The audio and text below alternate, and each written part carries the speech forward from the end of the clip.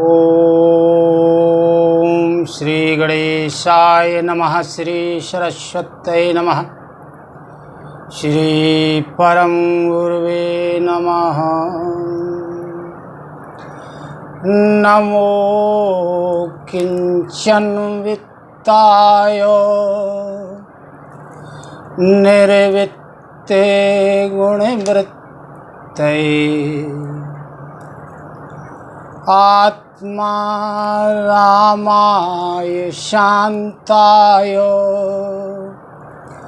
कैवल्य पते नमः। प्रिय स्नेहीजन, सुहृदजन, संबंधीजन एवं भगवत कथा रस के रसिकजन सभी को मेरा सादर प्रणाम। तो श्री रामचरितमानस में हम और आप सत्संग में कथा श्रवण कर रहे थे। श्री शिव जी पार्वती जी को निर्गुण ब्रह्म के साकार रूप ग्रहण करने के कारणों की कथा सुन रहे थे। अभी और भी कारण श्री गोस्वामी तुलसीदास जी ने लिखे हैं, जो शिव जी ने पार्वती जी को बताए, वो हम आगे सुनेंगे। अभी यहाँ दो लोग ऐसे रहे जिन्हें भगवान ने साकार रूप धारण करके दर्शन दिए। एक नारद जी, जिन्हें साक्षात रूप से प्रकट होकर भगवान ने दर्शन दिए और उनका दुख दूर किया। दूसरे मनु और शत्रुपा, जिन्होंने राज्य त्याग करके भगवान का तप किया, उन्हें भगवान ने साक्षात प्रकट होकर के स्वयं दर्शन दिए एवं उनके पुत्र रूप में आने का उनको वरदान दिया। तो हमारे भाई साहब हैं आदरणीय श्री चिंतामणि मिश्रा जी। वो सत्संग करते हैं, सत्संग की कथाएं सुनते हैं, देखते हैं। उनके द्वारा प्रश्न किया गया कि ऐसी अनेक कथाएं निकली या अनेक कारण थे जिनके कारण निर्गुण ब्रह्म ने सगुण रूप धारण किया। उनमें से केवल दो को ही भगवान ने साक्षात रूप से प्रकट होकर के दर्शन दिया। ऐसा क्यों? अन्य जिन कारणों से भगवान प्रकट हुए, जैसे हिरण्याक्ष, हिरण्याकश्यप, जालंधर आदि, तो पृथ्वी का भार दूर करने के लिए और इनका वध करने के लिए भगवान ने शरीर धारण किया।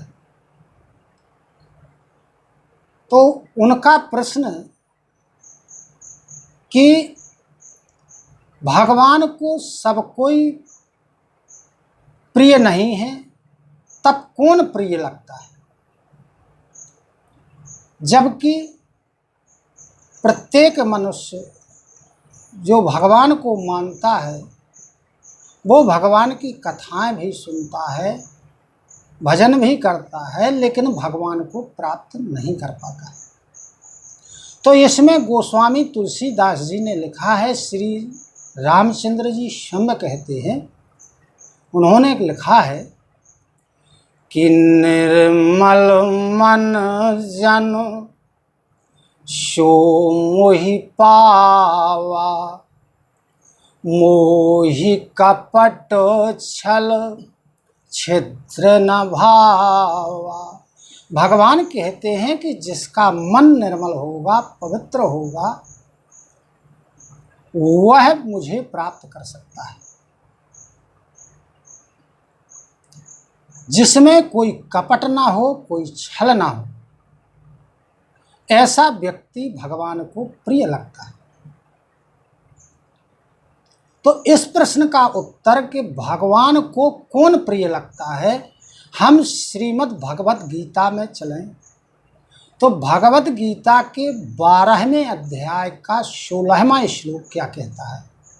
भगवान श्री कृष्ण ने अर्जुन से कहा कि अनुपेक्षा शुचिर दक्षो उदासीनो गतव्यथा सर्वारंभ परित्यागी यो मद्भक्तः स मे प्रियः।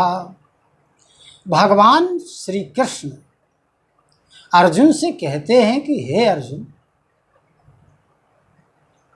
इस श्लोक में जो श्लोक का भावार्थ है, शब्दार्थ है, वह है अनपेक्षा, जिसे किसी से कोई अपेक्षा ना हो। शुचिर दक्ष, शुचि जो अंदर और बाहर से पवित्र हो, दक्ष जो चतुर हो, उदासीन हो, दुखों से छूटा हुआ हो, सभी प्रकार के आरंभों का त्यागी हो। भगवान कहते हैं कि ऐसा भक्त मुझे अत्यंत प्रिय लगता है। अब हम आप इसके भावार्थ को समझें। ये शब्दार्थ है, भावार्थ में जाएं तो अनपेक्षा, जिसे किसी से कोई अपेक्षा ना हो, जो कोई अपेक्षा ना रखता हो, आकांक्षा से रहित हो, आप्तकाम हो, एवं जिसे किसी भी बात की परवाह ना हो, उसे अनपेक्षा कहते हैं। शुचिर दक्ष, शुचि माने पवित्र, जो अंदर और बाहर से शुद्ध हो, पवित्र हो, जिसका बाहर का व्यवहार भी उद्वेग रहित हो, जिसके दर्शन से, भाषण से, स्पर्श से और वार्तालाप से ही लोग शुद्ध हो जाए, वह शुचि है। दक्ष, दक्ष मीन्स होता है चतुर।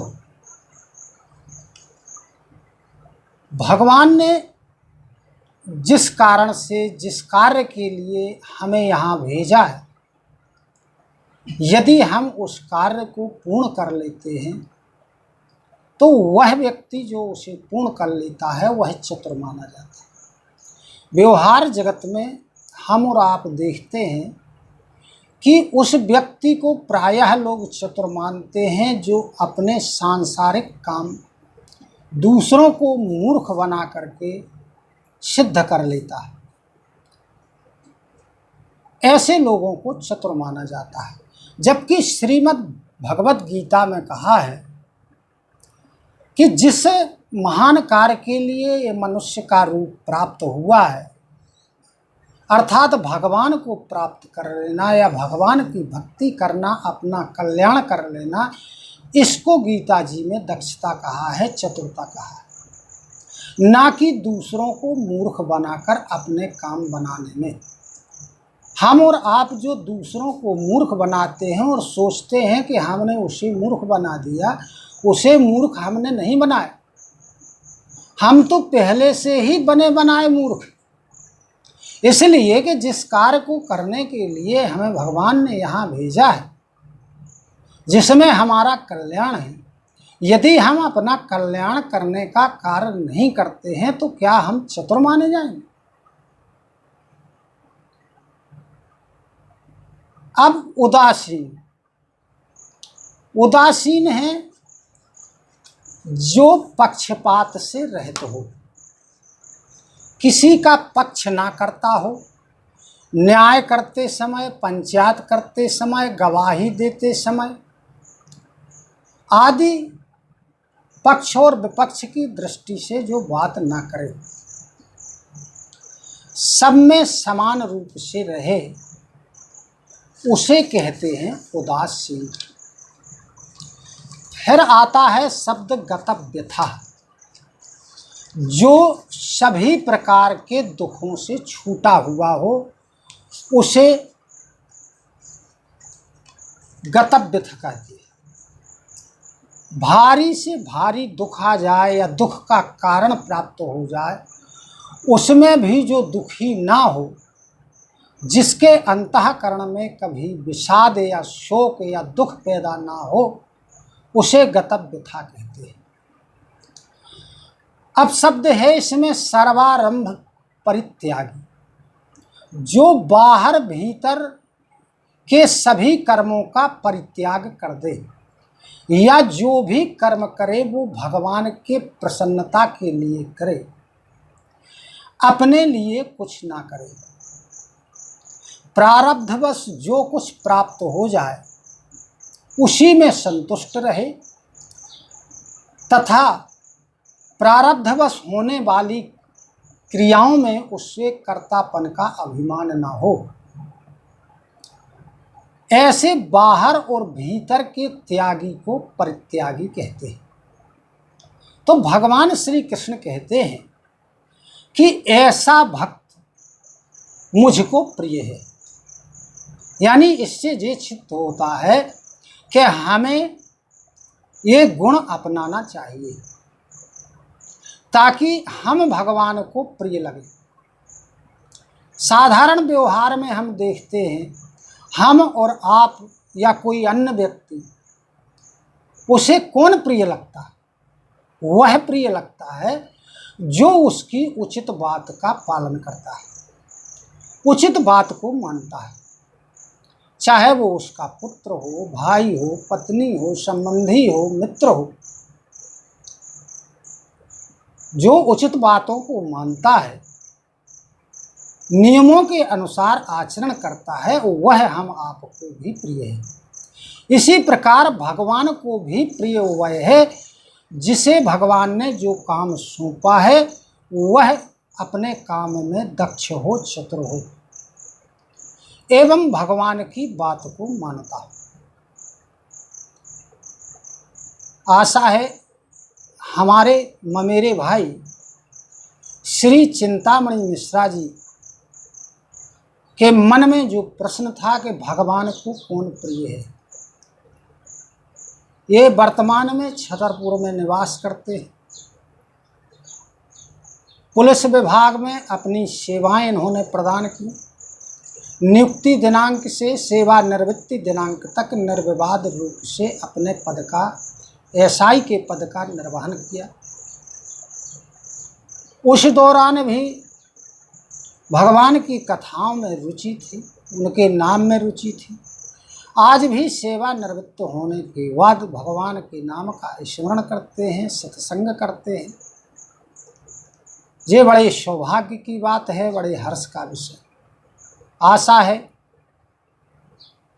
यह प्रश्न कि भगवान को कौन प्रिय है, इस श्लोक के माध्यम से आपको कुछ संतुष्टि प्रदान करे। इसी के साथ सभी को सादर नमन, सादर प्रणाम। जय सिया राम, जय श्री कृष्ण। आगे 1 या 2 दिन 3 दिन के बाद वीडियो उपलब्ध कराए जाएंगे जिसमें भगवान शिव जी पार्वती जी को और भी जो कारण हैं वो सुनाते हैं, फिर भगवान की लीला कथा सुनाते हैं। तब तक उन महान भावों से विनम्र निवेदन है जो क्रमानुसार कथा नहीं श्रवण कर पाए, वीडियो नहीं देख पाए किसी कारणवश, यदि उनकी भगवान की कथाओं में रुचि है तो इतने बीच में वो उनको देख लें ताकि एक कथा का क्रम बन जाए और उसमें रुचि उत्पन्न हो जाए। इसी के साथ आज की कथा को यहीं विराम। धन्यवाद।